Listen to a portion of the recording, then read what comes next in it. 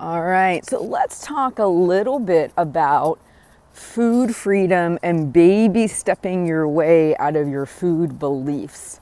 I have two coaching clients currently that has been so much fun to watch. I had one that was a hardcore low carb person who believed she couldn't eat corn, bananas, the list goes on and on and on, pizza.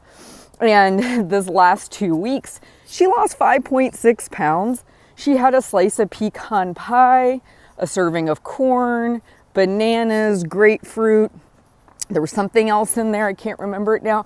And I said to her, how does this feel to go from a place where you truly believed all carbs were problematic, you couldn't eat them, and now you just dropped 5.6 pounds and you ate all those things in the 2 weeks? And she's like, Heather, you told me this before.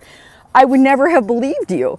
And we get so kind of caught up in what other people say, the food rules that float around on the interwebs, that we don't really test things, truly. So what I would encourage you to do, and then I have another client, she had done Whole30 multiple times, and told me from the get-go, hey, Heather, I want to learn how to lose weight in a way that doesn't require such restriction. And I said, great, let's do that. She's down about 6 pounds. She's been having alcohol. She has been having chocolate. She has been eating out. She's been doing tons of things she had never done before when she attempted to lose weight doing a Whole30 program. And none of this is magic. Okay, so let me just cut to the chase on that. None of this is magic. What it is people hear things, they believe them, and they don't actually test them. And I, at one point, believed all carbs were problematic too. I had my list of foods that were quote unquote bad. In multiple ventures of weight loss in my 20s, I bought into it hook, line, and sinker too. And for some of you, I'm saying this and you're still shaking your head going, no, Heather, I can't eat those things. And I get it, totally get it. But I just want to throw this idea out there, let it kind of sit and stew for a few minutes, that yes, you can eat those things. What I have seen happen for many, many of my clients that I'm trying to help find a more neutral place with food is, first, many of them did not track calories. They didn't track calories. They were adhering to somebody's food list, good foods, bad foods, allowable foods, not allowable foods, right? They have these things that they follow. And then what would happen, and this happens to so many people, they're good at restricting when they're good at restricting, and then when they're not, they're binging. And so when they do eat the pizza, the corn, the pecan pie, whatever, they tend to overdo it because they don't have a good place to go, like a maintenance calorie range. They haven't tried eating those things in a normal way. So I give cool homework assignments like go order pizza, go get a slice of pecan pie from a restaurant and take it home. And the reason I have my clients do this is because what I want to teach them to do is how to have those foods in a normal quantity, how to track it, and how to see that over the course of weeks or months, their weight will still go down.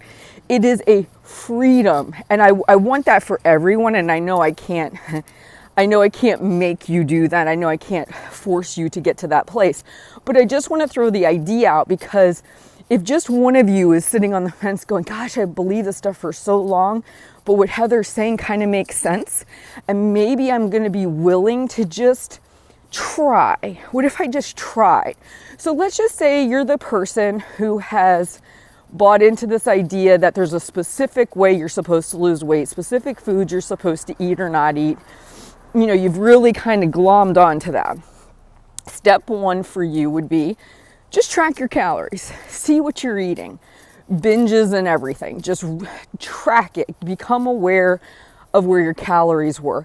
The client that was extremely low carb was shocked at how much calories were coming from fat sources that she was, not really monitoring or weighing: cheeses, oils, butters, things like that. So just the act of tracking what you're eating and becoming aware of it can be hugely helpful. So that's number one. Track it for a week or two, see what it is.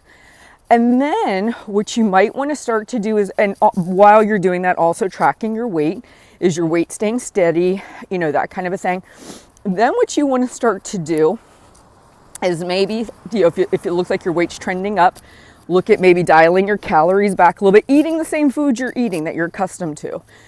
Then what you can start to do is look to trying one food at a time in a controlled way where, okay, you know, roughly 2,000 calories is maintenance.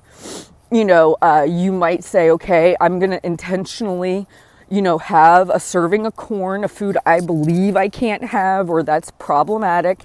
And I'm going to work that into my dinner routine, but all other things remain the same. And you just test here and there different foods. Now, of course, it makes it feel way safer to have a coach. So I totally get that. That's an advantage that my clients have. They can talk it through with me and things of that nature.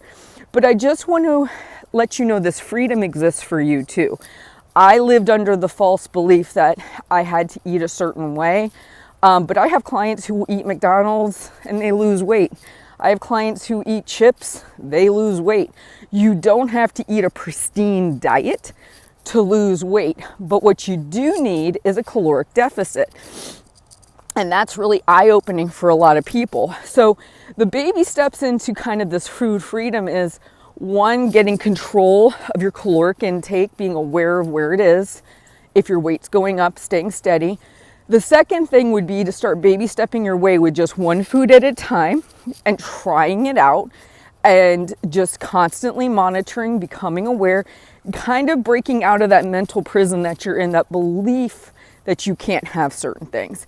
Now, notice nowhere in there are we talking about buying a whole pizza. Are we talking about buying a whole pecan pie? None of that. I say only one serving.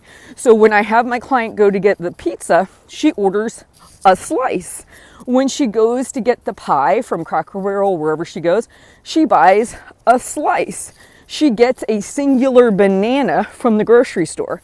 She gets all these things she buys one at a time because you have to move at the pace that someone's comfortable with.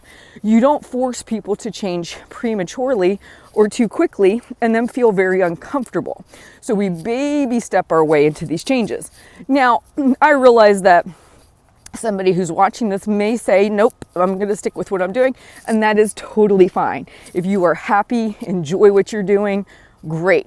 My experience has been by the time most people come to me for coaching, they're all ruled out. I've had some people, they're like, I've lived by so many diet rules, beliefs. I don't want to do this anymore. I'm tired of doing this. I want to eat normal food. And they want to feel a sense of freedom. And so I'm talking to that person right now. If you're that person, you can get out of this. And then what happens is you start checking those foods off the list, right? Had some corn, had some pizza, had some fruit, whatever. And look, because I'm monitoring caloric intake, my weight stayed the same or my weight went down some. Great. So what you're proving to yourself through doing this process is you can lose weight eating those foods. You must be in a caloric deficit if you want to lose weight, regardless of if you eat corn or bacon. Doesn't matter. You still have to.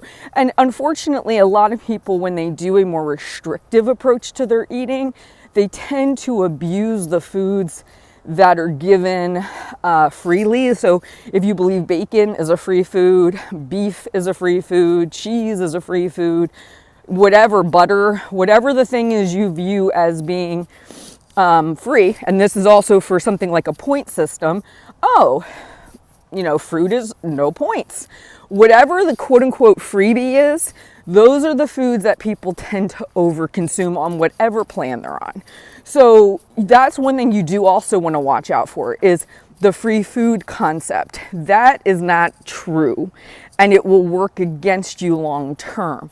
There are no free foods. All foods come with a price tag.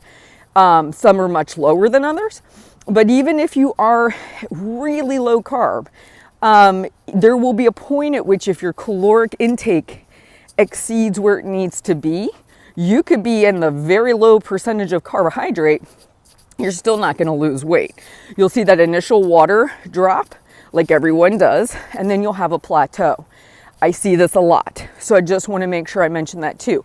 The free food concept should be a red flag that maybe the plan you're on isn't going to help long term, because there's going to be so many of those free foods, and if you're not monitoring calories, you'll get to a certain point for sure, but then you may have to reevaluate what you're doing. So I just want to throw that in there as a side note.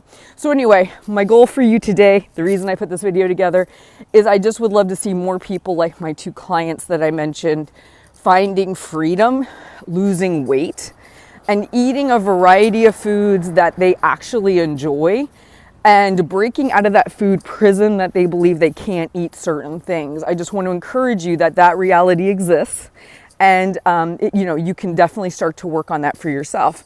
All right, please like and subscribe my videos. Let me know how I can better help you, and feel free to share these if you know somebody who might be struggling with these concepts. That's why I'm putting them out, to help as many people as possible. All right, you guys have a fantastic day, and I'll talk to you soon.